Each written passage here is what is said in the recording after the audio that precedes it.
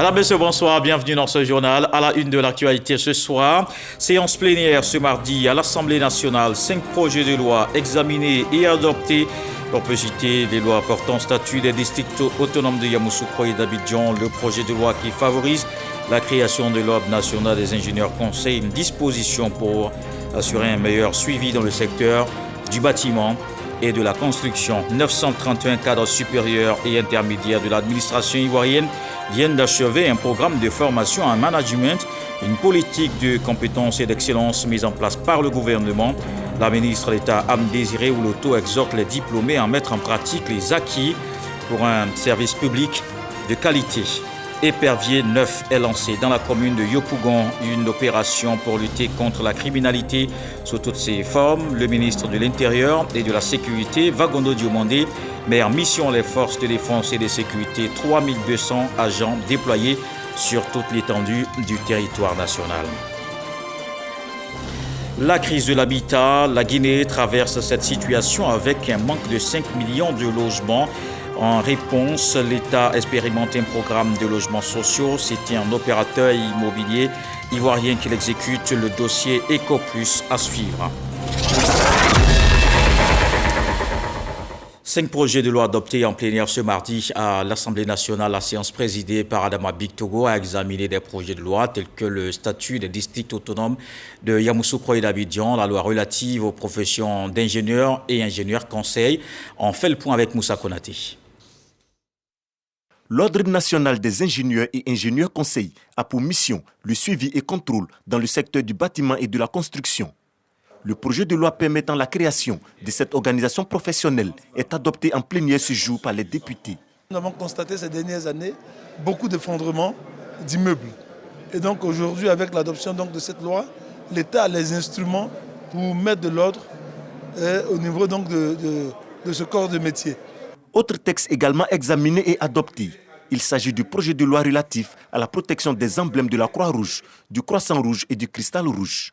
Donc, la loi a été adoptée, on va passer donc à la répression. Parce que tous ceux qui vont utiliser ces emblèmes d'une manière abusive, c'est-à-dire d'abord des faux, ensuite d'une manière abusive, pour ne pas aller dans le sens de la protection aux déchets, ils vont être sanctionnés. Et c'est inclus dans la loi. Les députés ont aussi donné leur accord pour l'adoption du projet de loi portant ratification de l'ordonnance instituant des dispositions dérogatoires au code électoral pour la tenue des élections locales et sénatoriales de 2023. En raison du calendrier de l'exécutif, obligation de conduire un bon processus électoral dans un temps avant la fin de l'année 2023, donc le président de la République a dû prendre une ordonnance pour adapter les délais de saisine de la commission électorale, les délais de saisine du Conseil d'État et du Conseil constitutionnel pour les raccourcir. Les 2 autres textes concernaient la modification des projets de loi portant statut des districts autonomes de Yamoussoukro et d'Abidjan. Cette modification stipule que la fonction de ministre-gouverneur du district autonome de Yamoussoukro et d'Abidjan est incompatible avec celle de membres de gouvernement, de présidents d'institutions, de députés, sénateurs, maires, directeur général et directeur général adjoint des sociétés d'État. Le ministère d'État, le ministère de la fonction publique renforce les compétences de ses cadres. 931, on prépare un programme de formation en management. Ce programme s'inscrit dans le cadre de la politique de compétences et d'excellence mise en place par le gouvernement. La ministre d'État Anne Désiré Ouloto attend une mise en pratique des acquis pour un service de qualité. Serge Collier. Une administration publique aux compétences et aux capacités opérationnelles renforcées pour une meilleure qualité de service. C'est le but visé par le ministère d'État, ministère de la fonction publique et de la modernisation de l'administration. En témoigne la formation de 931 cadres supérieurs et cadres intermédiaires. Ils sont issus de la 3e phase du programme triennal en management des administrations publiques. Nous avons une formation assez élevée, assez importante et qui va nous permettre de redynamiser en tout cas à notre niveau l'administration ivoirienne. Au niveau du Conseil économique, social, environnemental et culturel, j'avoue que nous avons commencé à mettre en application cette formation. Les membres du corps préfectoral font partie de la formation de l'administration. Et là, quand nous recevons ce type de formation, notre rôle c'est de démultiplier la formation auprès de nos collaborateurs et également de nos collègues, de sorte à ce que cette formation puisse effectivement impacter le milieu professionnel, le milieu social de tous les travailleurs ici en Côte d'Ivoire. Ce programme a été exécuté par 2 structures partenaires. Il s'agit de développer les compétences des acteurs du secteur public afin de booster les performances de l'administration. Les compétences que vous avez acquises vous arment. Vous relevez avec confiance, détermination et professionnalisme les défis futurs. Votre capacité à gérer efficacement les ressources, à promouvoir l'innovation et à soutenir le développement de politiques publiques stratégiques sera essentielle pour bâtir un avenir meilleur pour notre grande nation. Le programme triennal en management des administrations prend en compte la période de 2022 à 2024. Au total, 3000 cadres supérieurs et cadres intermédiaires sont concernés. Et le gouvernement veille aussi sur la sécurité des biens et des personnes. L'opération Épervier 9 est lancée dans la commune de Yopougon. 3200 agents déployés sur toute l'étendue du territoire national. C'est le ministre Wagondo Diomandé qui a mis en mission les forces de défense et de sécurité. Khalid Diomandé. Tolérance zéro contre le grand banditisme et tout autre acte de nature à perturber les fêtes de fin d'année et le bon déroulement de la Coupe d'Afrique des Nations en Côte d'Ivoire. C'est la consigne ferme que laisse le ministre de l'Intérieur et de la Sécurité à ses soldats, mobilisés à la place Figayo de Yopougon pour le lancement de l'opération Épervier 9. Ce sont au total 3200 agents de forces de défense et de sécurité qui seront déployés sur toute l'étendue du territoire national pour assurer la sécurité des biens et des personnes. L'opération Épervier est une occasion pour les forces de défense et de sécurité de conduire en parfaite synergie des missions de prévention et de répression du banditisme. Heureux du choix porté sur la commune de Yopougon pour le lancement de l'opération Épervier 9, Adama Bictogo marque son adhésion et s'engage à jouer sa partition pour sa réussite. En tant que maire, je voudrais vous assurer, Monsieur le ministre, de notre engagement aux côtés des forces de l'ordre, de notre disponibilité à faire nôtre toutes les feuilles de route que vous allez développer ici. Que Dieu fasse que cette Coupe d'Afrique soit l'expression du succès de l'opération que vous allez lancer ce jour. Environ 2 millions de visiteurs sont attendus en terre ivoirienne pour la grande messe du football africain en janvier 2024. L'enjeu sécuritaire est donc de taille. Le ministre Wagondo Diomandé rassure que ses hommes et lui vont relever le défi. Au nom des forces de défense et de sécurité, ce challenge sera relevé. Chers collaborateurs des forces de défense et de sécurité, votre responsabilité est grande. En ce moment particulier de notre pays, vous devez continuer à faire en sorte que ce pays soit le plus fréquentable, à faire en sorte que ce pays soit le plus sécurisé, à faire en sorte que ce pays soit en paix de façon permanente. L'opération Épervier 8, lancée en juillet dernier, aura permis la destruction de 278 fumoirs, la saisine de 2 tonnes de cannabis et de 39 munitions de type AK-47. Les forces de défense et de sécurité comptent mettre les bouchées doubles pour cette opération Épervier 9. Et des forces de défense et de sécurité qui sont justement au travail, vous allez le voir encore. Ils ont arrêté des hommes pour contrefaçon de pièces de monnaie. Les gendarmes de Bingerville ont interpellé les 2 suspects à Cocody et à Bata. Ils ont également saisi leurs équipements servant à la fabrication. Jean-Marc Diadji. 2 présumés faussaires interpellés ce matin dans une villa de 3 pièces dans le quartier d'Abata, dans la commune de Bingerville.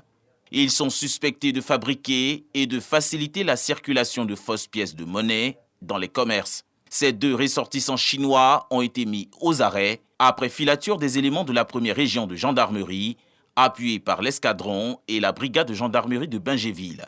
Plus de 100 caisses de stockage, des pièces spécimens et de dispositifs de marquage, de polissage, de lavage et de conditionnement de ces fausses monnaies ont été réquisitionnés. Les soldats de la loi ont en outre saisi 29 caisses contenant des pièces de 100 francs CFA déjà utilisées, ainsi que 8 sacs de céramique. Après perquisition dans un autre appartement à Abata, L'on a enregistré du matériel de jeu d'argent saisi, probable source d'écoulement de ces fausses pièces de monnaie. Les enquêtes sont en cours pour briser une éventuelle chaîne d'approvisionnement, de production et de distribution de ces fausses monnaies dans le district d'Abidjan. Et parlons de bonnes pratiques en économie. ONU Femmes organise une rencontre sur les marchés publics. Plus de 90 femmes, chefs d'entreprise, ont participé aux travaux. Ce rendez-vous permet de renforcer l'autonomisation économique de ces femmes grâce à l'accès aux marchés publics. Juliette Ouéa. La réduction de moitié du taux de la garantie d'offre, le relèvement à 15% de la marge de référence applicable à la sous-traitance. C'est l'une des revendications des femmes entrepreneurs de Côte d'Ivoire. Le pays compte environ 32% de petites et moyennes entreprises détenues par des femmes. Cette rencontre organisée par ONU Femmes, entité des Nations Unies pour l'égalité des sexes et l'autonomisation des femmes, a regroupé une centaine de femmes chefs d'entreprise. Les échanges ont porté sur les marchés publics. Je retiens aussi qu'il faut être vraiment honnête. Il faut être honnête, avoir les papiers qu'il faut. Et puis, il ne faut pas courir ça et là parce qu'il y a des offres. Il faut être précis dans ce qu'on fait. C'est normal qu'on soit professionnel dans tout ce que nous faisons. C'est normal qu'on puisse se former. Et mon souhait qu'on ait suffisamment de formation pour pouvoir vraiment exceller dans ce qu'on fait. Il faut dire que de façon générale, les femmes entrepreneurs, surtout des PME, on était un peu réticentes quant à notre participation au marché public parce qu'on avait beaucoup d'appréhension. Mais au sorti de cette formation-là, on ressort rassuré parce que l'État reste quand même le plus gros pourvoyeur de marché. Il existe 3 types de marchés publics, les travaux, les fournitures et les services. La passation de marché public commence par la consultation, puis l'achat d'un dossier d'appel d'offres ou DAO par les candidats intéressés. Au terme de délais de publicité d'environ 30 jours, les entreprises candidates ayant acheté le DAO déposent leurs offres aux dates, heures et lieux indiqués dans le document. On s'arrête sur le problème de l'accès à l'habitat. La Guinée traverse cette situation avec un manque, tenez-vous bien, de 5 millions de logements. En quête de réponse, l'État expérimente un programme de logements sociaux. Une société du pays l'a initié pour son personnel. C'est un opérateur immobilier ivoirien qui exécute ce programme. Sa compétence et ses offres constituent ses forces. Promotion immobilière, l'expérience ivoirienne fait école en Guinée. C'est le dossier Éco Plus de ce soir avec Léon Brou qui revient de Conakry.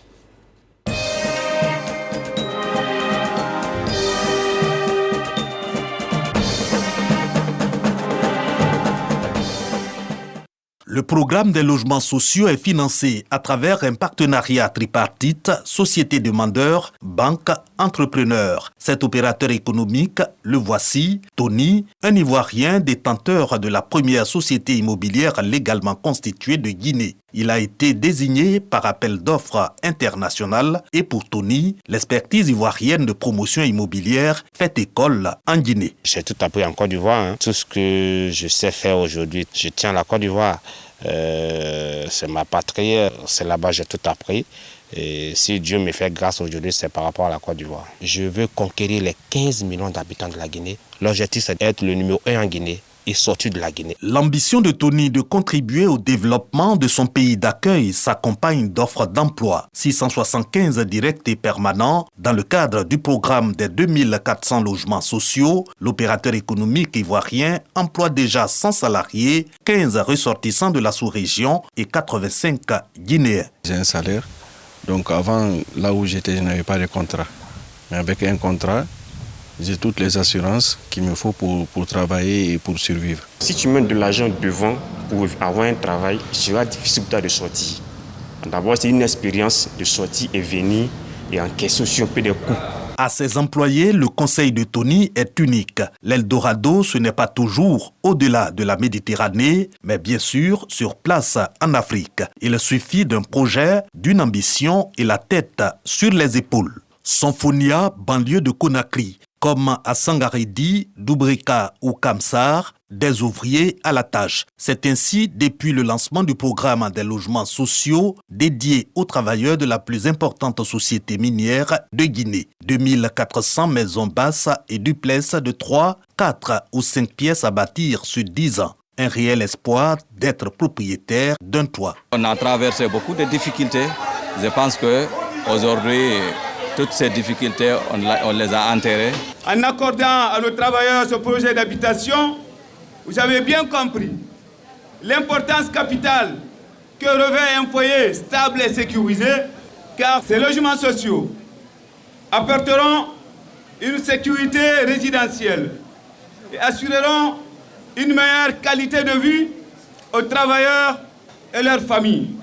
Cet intérêt des miniers pour cette opération immobilière, la toute première en Guinée, le même chez leur employeur et le gouvernement, c'est que la crise de l'habitat décent n'épargne pas le mieux traité des salariés guinéens. Elle porte sur un besoin de 5 millions de logements avec une hausse annuelle d'au moins 10%. L'État qui veut adresser la question fait de ce programme de 2400 logements sociaux un projet pilote et arbitre sa mise en œuvre. Ce projet est le plus important d'un point de vue communautaire. Et nous voulons utiliser ce projet comme étant la référence au niveau national. La CBG et l'État guinéen ne ménageront aucun effort pour l'accompagnement. Comme le ministre l'a répété, comme le conseil d'administration l'a répété, donc on compte sur l'entreprise d'accélérer les projets, de les livrer dans les temps et avec la qualité requise. La qualité des travaux, en voici des exemples. Ces logements témoins de Kamsar, approuvés par l'État, la société demandeur et ses employés. Ainsi seront les 2400 logements sociaux du reste des maisons clés en main de valeur comprise entre 18 et 40 millions de francs CFA. 1400 logements à livrer les 5 premières années pour compter du deuxième semestre 2024, soit dans 7 mois. L'investissement représente sur les 10 ans 285 millions de dollars, soit 185 milliards de francs CFA déjà bouclés. Le recrutement a été fait sur la base d'un appel d'offres, sur la base des réalisations déjà effectuées dans le passé par les différents compétiteurs. Donc son dossier a été examiné, on a trouvé qu'il en a la compétence. D'abord, les terrains sur lesquels M. Tony va construire, ces terrains-là lui appartiennent, parce que c'est lui qui a acheté les différents sites. Donc tous les titres fonciers sont à son nom. Déjà, ça c'est la première garantie. Et il a encore eu l'accompagnement de sa banque en termes de financement. Donc, si je ne le souhaite pas, Tony est un peu défaillant, c'est la banque qui vient prendre le relais. It is through our subsidiary. Nous avons une entreprise subsidiaire avec laquelle nous travaillons au développement de l'Afrique. Nous entrons dans des partenariats pour développer plusieurs autres domaines. Nous avons déjà fait plusieurs projets aux États-Unis d'Amérique, au Canada et en Afrique et ça a toujours été des succès. Nous sommes sûrs, parce que nous sommes habitués à ce genre de challenge et ce n'est pas un problème pour nous. Nous vous assurons que nous irons jusqu'au bout de ce projet. Through to its completion.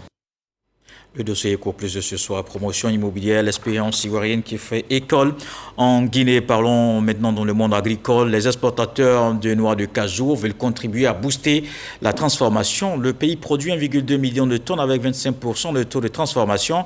La question est au centre de la 5e édition des Journées nationales du cajou.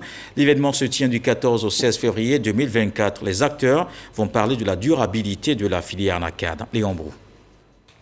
Le cajou, deuxième produit d'exportation après le cacao avec 875 000 tonnes cette année sur une production de 1 200 000 tonnes de noix, soit un taux de transformation local de 25%. La Côte d'Ivoire, toujours premier producteur mondial de cajou, se fixe à l'horizon 2030 de transformer de moitié sa production. Et la 5e édition des Journées nationales des exportateurs de ce produit va contribuer à relever ce défi. Pour être un bon transformateur, il faut maîtriser la chaîne des valeurs. Et nous déjà, nous avons la chance de pouvoir maîtriser l'approvisionnement et l'exportation. Avec les nouvelles unités de transformation qui sortent et appartenant aux exportateurs, nous pouvons atteindre les 50%. À cette initiative s'associe l'organisation interprofessionnelle agricole ANACAD et le conseil coton ANACAD. Cette 5e édition des Journées nationales des exportateurs de cajou prévoit en effet des innovations telles un jeu tombola, des actions sociales et surtout des expositions, des rencontres B2B, des réflexions sur les leviers de la transformation locale. Des travaux du 14 au 16 février 2024 pour impacter les chaînes de valeur, à savoir la production, la transformation, les paysans, les commerçants de produits dérivés de la noix de cajou. En tant qu'exportateur, vous êtes aussi une des vitrines de la Côte d'Ivoire. Cela veut dire que votre responsabilité est grande en termes de qualité de ces produits, tant sur le plan de la noix brute de cajou que sur l'amande. Durabilité de la filière anacarde, gage de compétitivité de l'économie ivoirienne, thème de la 5e édition des Journées nationales des exportateurs de cajou, ce produit qui représente 15 000 emplois directs et 9% du produit intérieur brut. Ouvrons maintenant l'actualité politique ce soir. À Korogo, les responsables du RHDP sont en formation sur les statuts et règlements intérieurs du parti. Cet atelier d'enforcement des capacités vise à emmener chaque militant à s'approprier les textes. C'était à l'initiative du ministre Amadou Koulibaly. Ami Sissoko.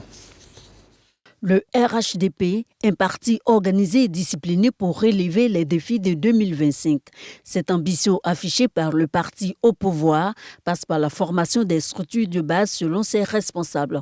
À Korogo, elles sont outillées par le secrétariat exécutif adjoint chargé de la formation sur la connaissance des statuts et règlements intérieurs du parti, la maîtrise des feuilles de route et les stratégies d'animation des structures locales du parti. Plus on est formé, plus on a guéri, et sur le terrain, on peut quand même sensibiliser nos militants. Nous encourageons ce genre de formation parce que ça va permettre à beaucoup de personnes, à beaucoup de militants de comprendre le parti et de savoir entretenir la vie du parti. Après échange et recommandations, les formateurs ont exhorté chaque responsable à s'approprier les textes du parti et faire en sorte que chaque militant de sa structure s'en imprègne. Tout parti politique a des tests et les militants se doivent d'observer ces tests pour éviter le cafouillage et renforcer la cohésion au sein des partis. N'oublions pas que nous avons un point de mire 2025 où naturellement, le RHDP voudra bien être réélu, encore une fois. Cette formation est une initiative du ministre de la Communication, Amadou Koulibaly, également secrétaire départemental. Elle s'inscrit dans le cadre de l'animation des structures du RHDP. Il a été également question au cours de cet atelier de restituer le séminaire électoral du 17 au 19 novembre dernier à Abidjan. Cet atelier de formation sur le texte du parti pour que justement les militants soient de bons militants, des militants disciplinés, respectueux donc des statuts et règlements intérieurs du parti. Le ministre Amadou Koulibaly a incité les responsables politiques à être au contact permanent des militants et à transmettre leurs préoccupations au parti en vue de la bonne marche du RHDP. Le RHDP qui se prépare aussi pour l'Assemblée générale élective des femmes. 6 candidates retenues. L'élection se tient le 17 décembre. La présidente du comité d'organisation, Raymond Goudou Kofi, et la vice-présidente du parti, Kandia Camara, ont rencontré les candidates. Éric Goré. Le 17 décembre prochain nous situera. Qui de ces 6 candidates retenues sera choisi par les femmes du RHDP pour les conduire? L'Assemblée générale élective des femmes du Rassemblement des Oufouettistes pour la démocratie et la paix s'inscrit dans le cadre du renouvellement des instances du parti avant la présidentielle de 2025. Les candidates retenues se sont entretenues avec la vice-présidente du directoire du RHDP, Kandia Kamisoko Camara, et la présidente du comité d'organisation, Raymond Goudou Kofi, qui donne ici les enjeux de cette élection. Nous sommes particulièrement heureuses d'avoir vu ces dépôts de candidatures. Cela montre un peu la partie démocratique que nous allons aborder. Nous avons remarqué qu'elles sont engagées pour le parti, mais elles ont surtout précisé qu'elles présentaient leur candidature pour renforcer la présence des femmes dans l'objectif en 2025 de repositionner le RHDP et de prendre leur place entièrement. Plus d'1 millier d'électrices sont attendus aux unes pour cette élection des femmes du RHDP. L'événement est majeur pour cette formation politique. Au PDCI RDA, le parti sera en congrès le 16 décembre. Le candidat Maurice Kakou Gikawe se prononce. Le secrétaire exécutif dit prendre acte du rejet de sa candidature et reste à la disposition de son parti. De son côté, le PDCI RDA dit n'avoir rejeté aucune candidature. Les détails avec Éric Gori. Le contrôle judiciaire du 18 janvier 2023 allégué comme motif exclusif du rejet de ma candidature est consécutif à mon arrestation à la résidence du président Arikona Bédié suite aux événements post-crise électorale d'octobre 2020. Maurice Kakou Gikawe a expliqué les raisons qui l'ont amené à faire acte de candidature en 3 points. 1. Par devoir, pour respecter la deuxième partie du testament politique que m'a légué le président Félix Houphouët-Boigny. 2. Pour exécuter la mission de transmission de l'enseignement reçu des présidents Félix Houphouët-Boigny et Arikona Bédié aux plus jeunes que nous. 3. Pour soutenir le candidat du PDCI-RDA qui sera issu de la Convention et le conduire à la victoire lors de l'élection présidentielle d'octobre 2025. Le secrétaire exécutif du PDCI a également déroulé son programme au profit de son parti. Il a qualifié le rejet de sa candidature d'injuste. Toutefois, il n'a pas ambition de saisir la justice ivoirienne. De son côté, le Parti démocratique de Côte d'Ivoire affirme ne pas avoir rejeté ni éliminé un seul candidat parmi tous ceux qui se sont présentés. La direction du PDCI RDA rappelle à tous qu'elle n'a à aucun moment rejeté la candidature de M. Kakou Gikawe. Comme suite donc ce qui précède, le comité électoral a délibéré. Tous les dossiers des postulants seront transmis au bureau du Congrès avec les lettres de démission de ceux qui en ont pris la décision. Le congrès du PDCI RDA est prévu pour le 16 décembre prochain. On sort du pays, les ministres africains de la Santé se sont retrouvés à l'occasion de la COP28 à Dubaï. Ils ont évoqué l'impact des changements climatiques sur la santé des populations. Le ministre Pierre Demba appelle ses pairs à une synergie d'actions, des actions communes pour apporter des solutions à ce problème. Grace Kando, Adama Sangaré sont nos envoyés spéciaux à Dubaï. Le rapport 2023 du groupe d'experts intergouvernemental sur l'évolution du climat indique que les changements climatiques affectent à la fois la santé physique et mentale des populations. En Afrique, des millions de personnes sont concernées par ce fléau qui menace la vie sur Terre. En vue de trouver des solutions durables à cette problématique, Demba Pierre, ministre de la Santé, de l'Hygiène publique et de la couverture maladie universelle, avec ses pairs africains, ont trouvé une lucane de réflexion collective au cours de la COP28. On gagnerait tous à construire des systèmes de santé résilients, mais l'Afrique a tenu à ce que l'on parle d'une même voix pour que la participation soit globale, pour que nous puissions capter des fonds qui permettraient de renforcer, sinon de consolider nos systèmes de santé.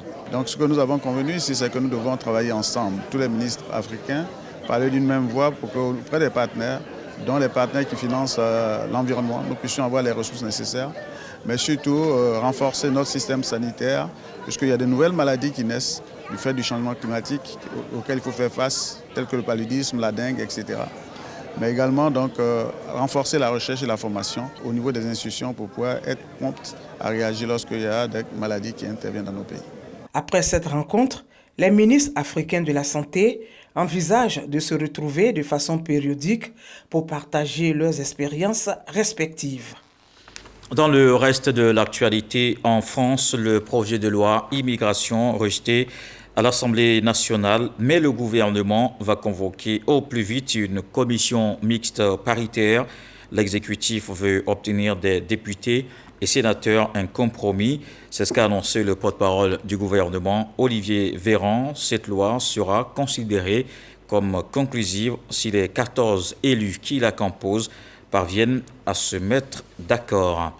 Et on se met d'accord pour suivre juste après ce journal. La direction des magazines d'information vous propose le débat, un numéro consacré aux droits de l'homme. Eliane Herveau et ses invités vont échanger autour du thème universalité des droits de l'homme, mythe ou réalité. Donc à suivre juste après ce journal, le débat présenté par Eliane Herveau sur l'universalité des droits de l'homme, mythe ou réalité. Tout de suite donc après ce journal qui est terminé. Merci de l'avoir suivi.